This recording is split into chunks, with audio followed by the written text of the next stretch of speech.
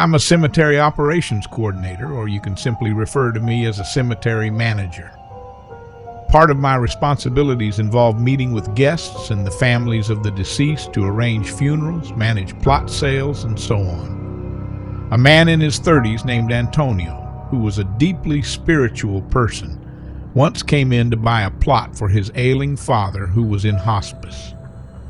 Antonio was a Hispanic man with a thick accent, and I could see from his eyes that he was a very compassionate person. He showed me some photos of his father, who also seemed like a genuinely kind man, far too young to be taken from his family. Sadly, his father's time came just a few days later, and Antonio went ahead with planning the funeral at our cemetery. The day of the service was extremely stormy, which some believed to be a symbol of good luck. The funeral procession made a brief stop in front of the main office building. I walked out beneath the front awning and saw Antonio sitting in the car behind the hearse. We exchanged waves. Because of the bad weather, I went back inside until the group was ready to move to the burial site. I got into one of the cemetery's pickup trucks and followed the procession to its final stop, where I stood with an umbrella, overseeing everything, since part of my role is to make sure funerals run smoothly. Once the funeral ended, I drove a few laps around the grounds in the truck to check the area, something I usually do a couple of times a day. I still had plenty of paperwork to complete, and in addition to that, I had to be the one to close the cemetery that evening. So a little while later, I returned to my desk to finish the work. The cemetery closes at 5:30, so when it began getting dark, I did one final drive around to make sure all visitors had left, then went over to the front gate to shut it. It was a fairly warm day for early March. Since the days were still on the short side, it would normally be dim by closing time, but on this stormy day, it already felt like nighttime. While driving back to the office, I thought I caught a glimpse of someone walking quickly between the tombstones, then turning behind a hedge and vanishing. I honked the horn to signal that the cemetery was closed, but I never saw the person again. I grabbed my umbrella and ran through the rain in that direction. I turned the corner past the hedge and looked down a long path lined with tombstones on one side and hedges on the other. There was no one in sight. I searched the area in the rain for a good 20 minutes, but I eventually had to call it off. I drove back up to the office and checked the CCTV footage. None of the cameras showed anything unusual, although the storm made visibility more difficult, and by then it was pitch black outside. I tried to multitask by watching the cameras while continuing my paperwork when I heard the front door to the visitation room slam shut. I jumped up from my seat and called out, "Hello?" My initial thought was that the person I saw earlier had gotten locked inside and was now trying to get help. I stepped into the lobby, but nobody was there. I looked around and called out, "Hello?" again. Maybe the sound of the door meant they had already left. I began checking the windows, and I stopped when I noticed someone outside one of them.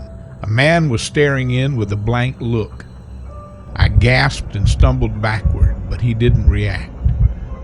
I stepped closer, squinting in confusion, when I realized the man looked familiar. He resembled the pictures of Antonio's father. My heart pounded as I rushed out the front entrance to the side of the building where I'd seen him, but he had vanished. He wasn't running into the field. He wasn't crouched behind any nearby bush. He had simply disappeared. I scanned the area while standing in the pouring rain, then hurried back inside, grabbed my things, locked up, and got in my car. I reopened and closed the gate one last time, securing it behind me, then drove home. When my wife asked why I was being so quiet that night, I just said it had been a long day. Even now, I still think I might have just been exhausted and imagining things, but the whole experience remains deeply unsettling.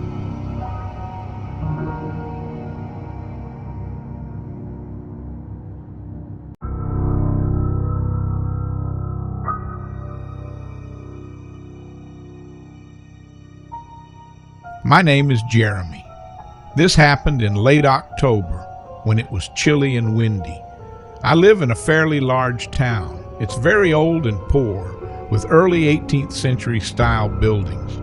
One night, a friend and I were bored and decided to mess around at 3 a.m. I know wandering around at 3 a.m. in a rundown town isn't exactly smart, but we like to have fun. We got tired of driving around with our music blasting. We're both huge metalheads, and back then we even had our own band. So we thought it would be fun and interesting to explore a cemetery in town. Behind the old town square, there's a huge cemetery. It's split by both sides of a highway, with each side covering around 20 acres of land. Like I said, it's massive. We chose to check out the older section of the cemetery. That part is completely separated from the newer section by an old iron gate and fence. We started walking around, looking at graves, trying to read the moss-covered headstones, snapping pictures, and being a bit disrespectful. I know that wasn't right, but these graves were over 100 years old, so no one alive would be upset. And I doubt those buried there minded too much. After about an hour of walking around, we sat down near a big pecan tree in the middle of the old cemetery. That's when we heard a little girl laughing.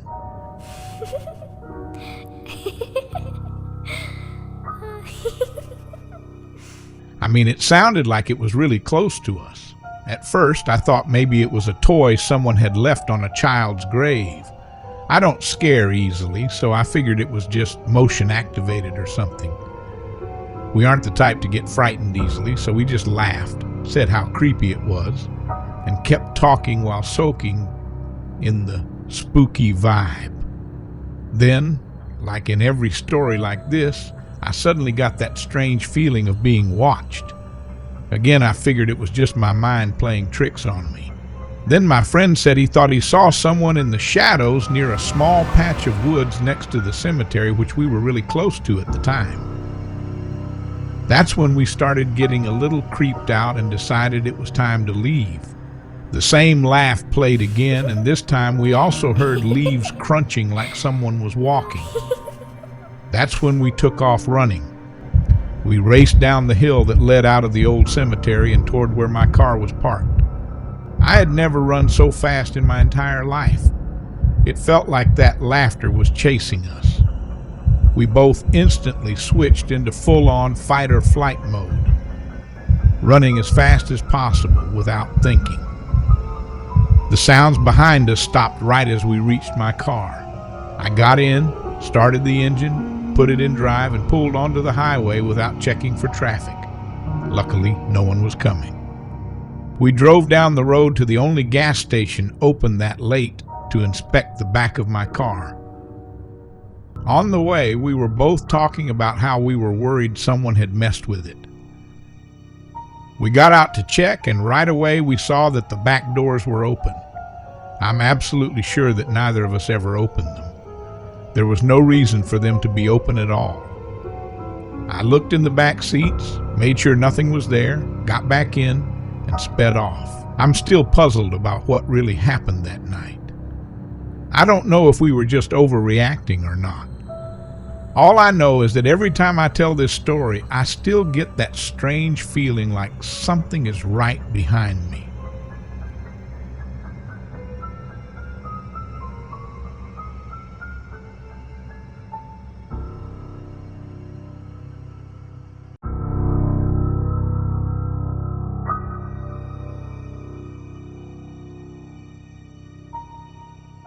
When I was 19, my buddy Sean, who was a total goofball, came over to hang out in our basement like he usually did during the summer.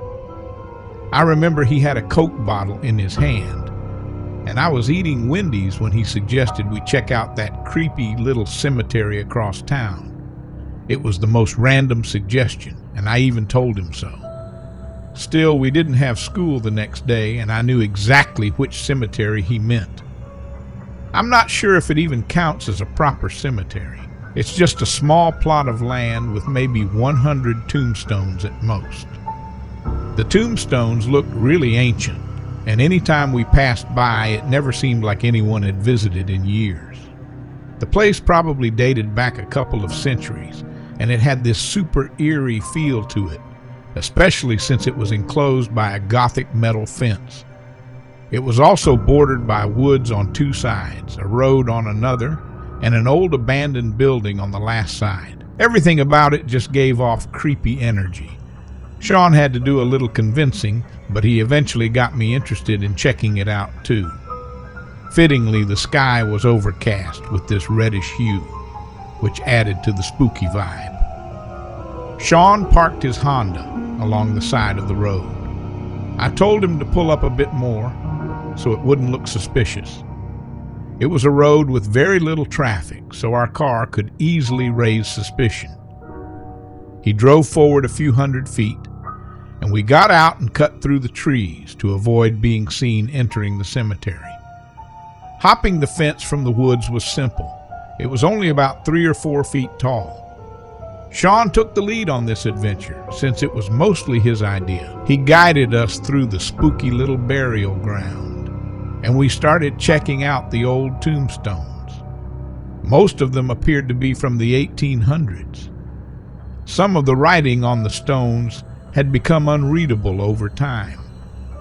I know it sounds super cliche, but I couldn't shake the feeling that someone was watching us the whole time. I began scanning the nearby woods. I told Sean how creepy it all felt. "I know," he said.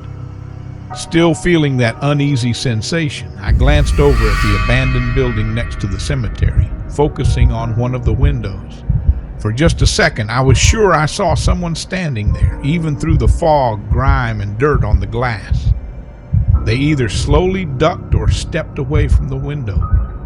I told Sean someone in the building was watching us, and he turned to look at it too. Then he started searching for a way inside. I told him not to. I said we should just leave before we got into trouble. I stood still near the tombstone he had been looking at while he circled around the building. Then he found a way in and called for me to come over, but I stayed where I was. That's when I heard a loud cracking sound.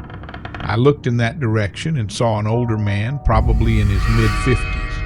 He had gray hair, wore a black raincoat, and I think he had on jeans. He also had a mustache, but that's about all I could make out. Then he opened his mouth and screamed. Not just shouting, he screamed, "Get out!" He yelled it so loudly, I thought I saw birds take off from being startled. And just like that, I began to feel dizzy, and everything suddenly went black.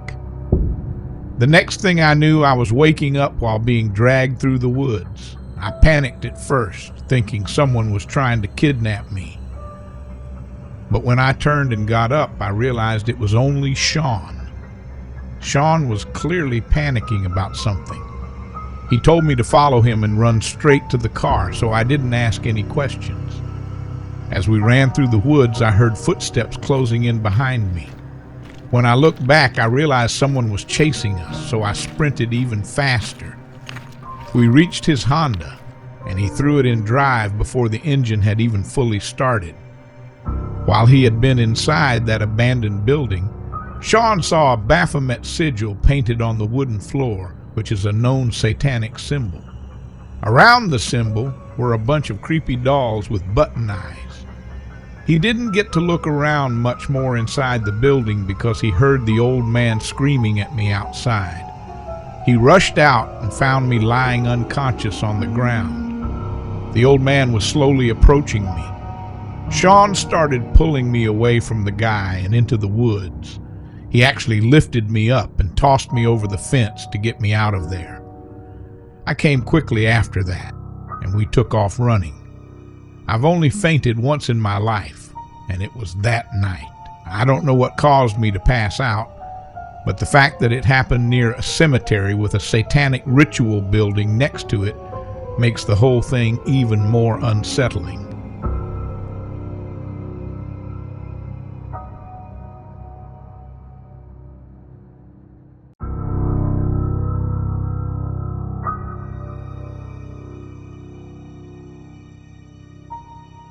My grandfather passed away several years ago. I had always been very close with him. This past July, on his birthday, I went to visit him at the cemetery. The cemetery where he and my grandmother chose to be buried was about an hour's drive from my apartment. My family lived closer, so they all visited his grave together. I had to make the trip separately. It was a gloomy and rainy day, and there's honestly nothing more somber than visiting a cemetery under those conditions. The man at the gate asked for the plot number. I told him, and he allowed me to enter. It's quite a large cemetery, and I had only been there a few other times. I wasn't the one driving during those visits, so I had trouble locating the grave. I didn't notice many other visitors around the cemetery that day. I figured the poor weather probably played a part in that. Eventually, I found his gravestone and parked off to the side in the grass. I laid some flowers beneath a stone, stood silently with my eyes closed, and said a prayer. When I finished praying, I opened my eyes and looked ahead. An elderly man stood about 5 rows of graves away, directly across from where I was. He was staring right at me. I recognized the man. It was my grandfather. No, that couldn't be possible. I rubbed my eyes, and just like that, he was gone. I wondered if I had a spiritual experience or if my mind and eyes were simply playing tricks on me. Either way, it gave me chills and raised goosebumps. I was honestly spooked. I got back into my car, said, "Love you, Grandpa," and drove away. While driving home, I started to feel a headache coming on and couldn't figure out why. I was the only vehicle on Prospect Road, a quiet route with thick woods on either side. Deer commonly cross along that road. My car was cruising down the road when I spotted someone ahead on the side. It struck me as odd. There aren't any sidewalks or walking paths along that road. I began to slow down. It couldn't be. But it looked just like my grandfather again. My heart immediately sank, and I accidentally swerved the car. I tried my best to regain control and come to a stop. Thankfully, my car didn't hit a tree, but just slid out into the middle of the road and eventually stopped. I quickly looked back toward where I saw him. Instead, I saw a deer standing on the side of the road, staring at my car. My heart was pounding. I was frightened and feeling off, and I just wanted to get home. I made sure no other cars were coming, then returned to my lane. I focused on driving as much as I could, considering what I had seen twice now. I felt off for the rest of the day. I wasn't sick, but something didn't feel right mentally. That night, I went to bed early after watching an episode of my favorite show. Around 2 in the morning, I was woken up by my phone ringing. The call came from an unknown number. My heart started racing again, and getting a call at that time of night usually isn't a good sign. I answered and put the phone to my ear. All I heard was static on the other end. After a few seconds, I said, "Hello." More static followed. Then I thought I heard something that completely stunned me. Just for a split second, I was almost certain I heard my grandfather's voice through the static. I tried to respond again, but I was too shaken. My whole body was literally trembling. Then the line suddenly went silent, and the call ended. The following day, I contacted my phone provider to trace the number. They weren't able to. They said there wasn't enough data available to trace it, though I'm not sure if that was the truth. Everything that happened that day and night was the scariest I've ever experienced. Do I believe my grandfather was trying to reach out to me from the other side? I don't know, because that honestly sounds a bit far-fetched. You'd think that if something like this happened, you'd be overwhelmed with joy or emotion. But no. It still leaves me feeling frightened. And I honestly don't know what to make of it. Whether it seems unbelievable or not, it happened. And almost every night since, I find myself wondering if that really was my grandpa on the phone.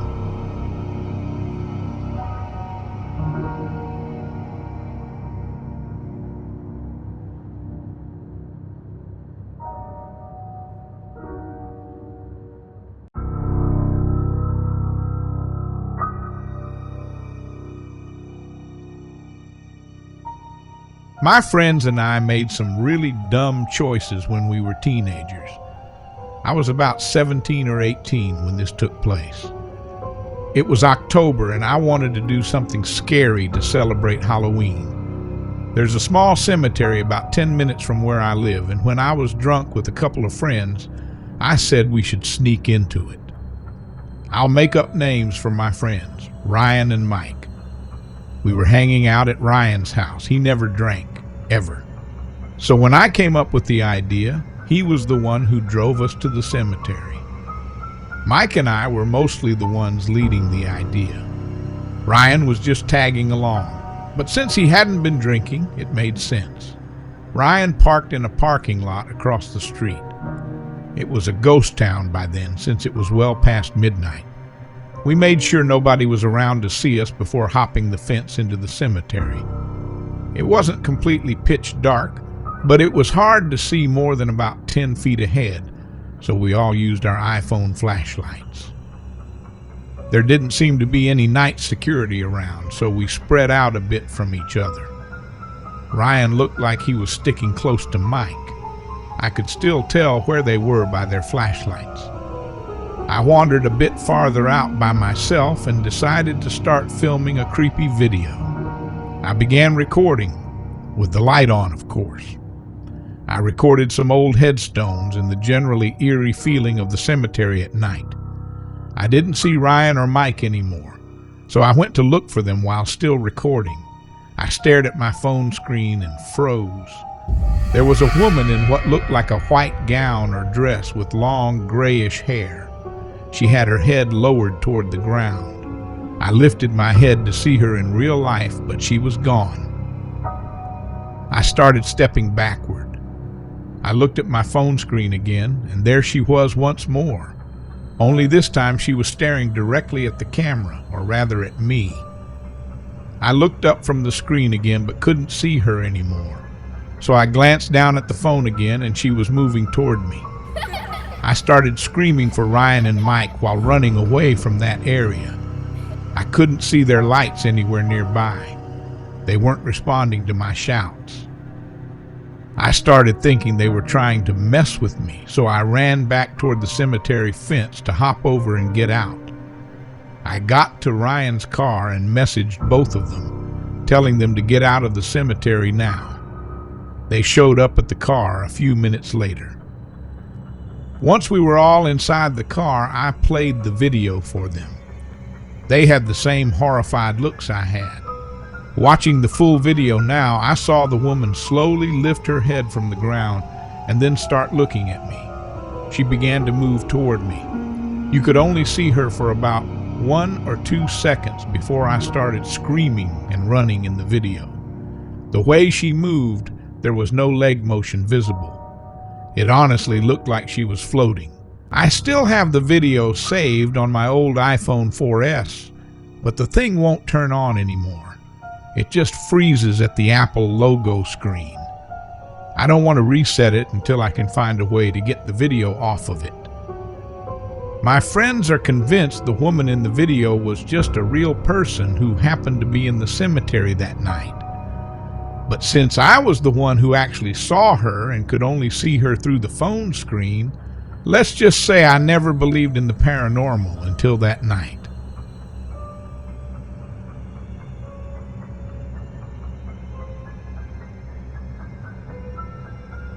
You can support me by subscribing to my channel. It helps a lot and inspires me to keep creating more scary horror videos like this. Thank you, and see you on the next one. Stay spooky.